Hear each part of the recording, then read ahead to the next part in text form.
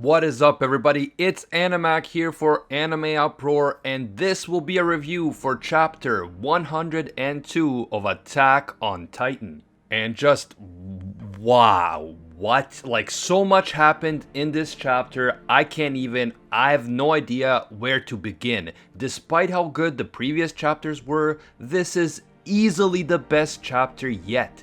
The Attack on Titan manga just keeps getting better and better at this point. In this chapter, we witness the return of maybe the most iconic character in Attack on Titan. Spoiler alert, it was Connie. Also, so many things happened, there is so much to talk about, it's just insane. I can't wait to get into it. As always, if you enjoy these reviews and Attack on Titan content in general, be sure to leave a like to let me know. If you are new, don't forget to subscribe and hit that notification bell so you can be notified every time a new video is up. And by the way, if you're an artist that makes high quality fan art for Attack on Titan, like drawings of the Warhammer Titan for example, please contact me if you'd like to have your work featured in one of our videos. If I can use your fan art for a thumbnail or in a video, I will credit you in the description and link to your social media. So if that's something you're interested in, you can tweet me at Anime Uproar, or you can contact me on Instagram, also at Anime Uproar. And now let's get into it. We start off with the Marley military scrambling to deal with the attack in Liberio, and they are calling back reinforcements, but it seems like these reinforcements will take some time to arrive. Even the name of this chapter is It's Too Late. So in that sense, it doesn't necessarily look good for the Marleyan military. As the military is trying to deal with the Survey Corps in Liberio, they are being outclassed and outmatched by our boys and girls from the island. The Survey Corps is zipping around the air with the 3D maneuvering gear, shooting and dropping bombs, and the Marley soldiers are not used to dealing with this type of soldier, so they are getting absolutely wrecked. We see Jean or Jean at this point with longer hair, and he is urging the other members of the Survey Corps to make sure that they avoid civilian casualties as much as possible. Which again emphasizes that the Survey Corps are not bad people, they're just doing what they feel like they have to do to survive. Jean has a brief exchange with Flock, where Flock reminds Jean that these are the people who have been attacking and slaughtering innocent civilians on the island, meaning, don't be too sentimental about them, we came here to do what we have to do. This leads into a really powerful conversation between Mikasa and Aaron back in the plaza. Mikasa, with tears in her eyes, says to Aaron, "Do you understand what you've done? You've killed innocent people, including children. That is already irredeemable." So this clearly implies that Mikasa either wasn't fully aware of Aaron's plan, or she didn't agree with it but decided to go along with it anyway. Yet again, all of this stresses the terrible nature of war. Of course, the Eldians on the island are the victims here. They were attacked first, they were attacked by Marley, even though they were just living behind the walls and minding their own business. Thousands of innocent civilians on the island were brutally murdered. But here's the problem, there are innocent civilians in Marley as well. And that sucks because Aaron and the others have no choice but to attack. Clearly Marley is planning to attack the island again and kill them all. They are relentless and they will not stop until they are stopped by force. So I understand why the Survey Corps is doing what they're doing. They have no choice, but it still sucks that innocent civilians on the Marley side, and also children like Udo and Zofia, had to suffer because of the decisions of other people. And by this I mean the Marley government and military. But that is also how things unfortunately work in real life. In the real world, in every war, there are innocent people and children on all sides, and it is often these people who are defenseless that end up suffering the most, not the politicians who have bodyguards and bunkers and so on. Attack on Titan is so good at reminding us of the ugly nature of war in the real world. As Mikasa and Eren are talking, we realize that despite having its nape destroyed, the Warhammer Titan is still alive. The Warhammer Titan uses its hardening ability to create a crossbow, and it launches a powerful projectile, but Mikasa quickly takes Eren out of harm's way. This confirms that the Warhammer Titan can use its hardening ability to make a variety of different weapons, not just a hammer, and Eren is determined to eat the Warhammer Titan and take its power. We also see that Gabi is terribly upset at the death of Zofia and Udo, and she tries to get to the front lines of the battlefield. She comes face to face with Sasha,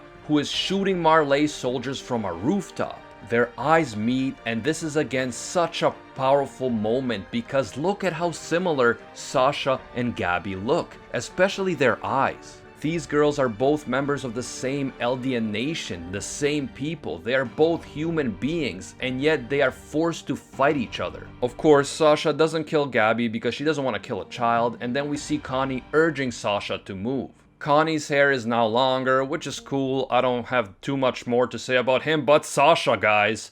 Sasha looks absolutely beautiful after this time skip, despite the fact that we see her in the middle of a fight. Does anyone else think that Sasha is even prettier now after the time skip? I don't know about you, but at this point, I would give her as many potatoes as she wants. The Survey Corps appears to have a strategy that includes installing lights on rooftops, but we're not exactly sure what they're up to. The Warhammer Titan appears invulnerable to attacks against the head and nape, which makes Aaron realize that the Warhammer Titan's body was built up from its feet, not from its nape. And then we learn something completely insane. I did not see this coming. The body of the shifter inside the Warhammer Titan is not inside the Titan at all. Instead, the body of Willy Tiber's sister is in a crystal, just like Annie's. The body is located beneath the plaza and connected by some sort of umbilical cord to the Titan's foot. How freaking crazy is that? Aaron grabs the crystal and rips the cord connecting it to the Titan, which makes the Titan body collapse. Aaron is about to eat the entire crystal, but at that moment he is attacked by the Jaw Titan from behind. Porco Galliard is about to eat Aaron and take the Founding Titan power until his jaw is suddenly slashed to the point that he can't even chew through Aaron's nape. And who did the slashing? The one, the only, Captain Levi, boys. So much hype in this moment. I am in full fanboy mode. I don't want to be one of those reaction channels where they're freaking out and overreacting, but this was epic. Levi is just the greatest. Porco begins to retreat and he can't believe that in his Titan form, humans can pose a challenge to him and take him down. But this is because the Survey Corps has been fighting Titans all the time. That's exactly what they train for, whereas the people in Marley only fight against regular soldiers. Porco calls the Survey Corps the Demons of Paradise, and at this point I am pretty freaking sick of hearing that demons and devils crap. Like, I realize that these people in Marley are brainwashed, but seriously man, as much as we've gotten to sympathize for the Eldians in Marley in the last several chapters, at the end of the day, and after this chapter especially, I know that no matter what, I am 100% on the side of Aaron, Levi, and the Eldians from the island. I am sick of this disgusting propaganda about Eldians being devils. I am sick of the Eldians from Marley hating their own people and being so gullible and believing this Marley bullshit. The Eldians from the island were attacked first. The world wants to commit genocide against them and exterminate them. Of course, they're going to fight back. They're fighting for their survival, and I am 100% behind them. These Eldians in Marley need to wake up already. Unfortunately, at this point, Peak shows up in her armored card Titan and starts shooting down members of the Survey Corps. Eren is distracted for an instant, and Willy's sister uses that opportunity to create another Warhammer Titan body while she is still inside the crystal. This confirms that she is still aware and conscious while in the crystal, which means that Annie is also aware and conscious inside her crystal. And this makes me think, what is going to happen with Annie? Is the fact that the crystal has appeared again a hint that Annie will be coming back sometime soon? Is this foreshadowing? The chapter ends as the Beast Titan approaches. Zeke says, "Don't let them escape. Annihilate them all," as the Cart, Jaws, and Beast Titan face off against Eren and the Survey Corps. Gabi is also running towards the battle for some reason with a gun, talking about killing Eren. I don't know what she plans to do, but we are in for a rematch between Levi and the Beast Titan. We are in for an epic fight.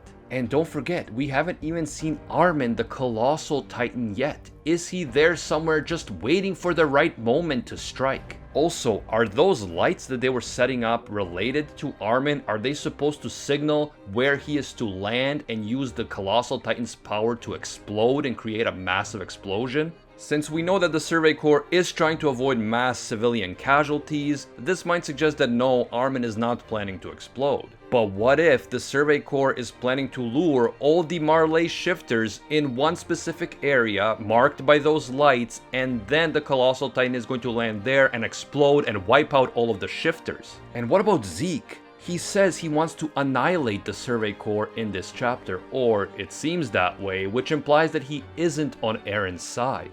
But, and I say but, someone on the inside has to be working with Aaron, because don't forget that Porco and Peak were deliberately trapped before the battle by someone who didn't want to kill them, but he wanted them out of the picture. Reiner is probably also trapped right now beneath the stage after Zeke more or less told him to go with Falco to see Eren. We know that Zeke has been doing things behind the scenes, like secretly listening in on conversations and just acting very sneaky overall. How crazy would it be if Zeke was actually talking about the Marleyan soldiers when he said, "Don't let them escape, annihilate them all"? But we just think that he was talking about the Survey Corps. Man, I cannot wait to find out what happens next. Let me know what you guys think. Is Zeke on Marley's side, on Aaron's side, or on his own side? Also, do you think that this chapter just foreshadowed Annie's return by showing the same type of crystal? And lastly, where does the Colossal Titan come in all of this? Let me know down in the comments. And just on a side note, how crazy is the Warhammer Titan and its power? And that's it for this video, guys. Thank you so much for watching. If you enjoyed these types of videos, be sure to leave a like to let me know. If you're new, don't forget to subscribe and hit that notification bell. And we are now posting daily anime content on Twitter and Instagram. If you happen to be on Twitter or Instagram, feel free to follow us at Anime Uproar. A brand new Attack on Titan video will be dropping on this channel within a few days, so please stay tuned. I now have to go and calm down after this epic, insane chapter, but until next time, see ya, Space Cowboys.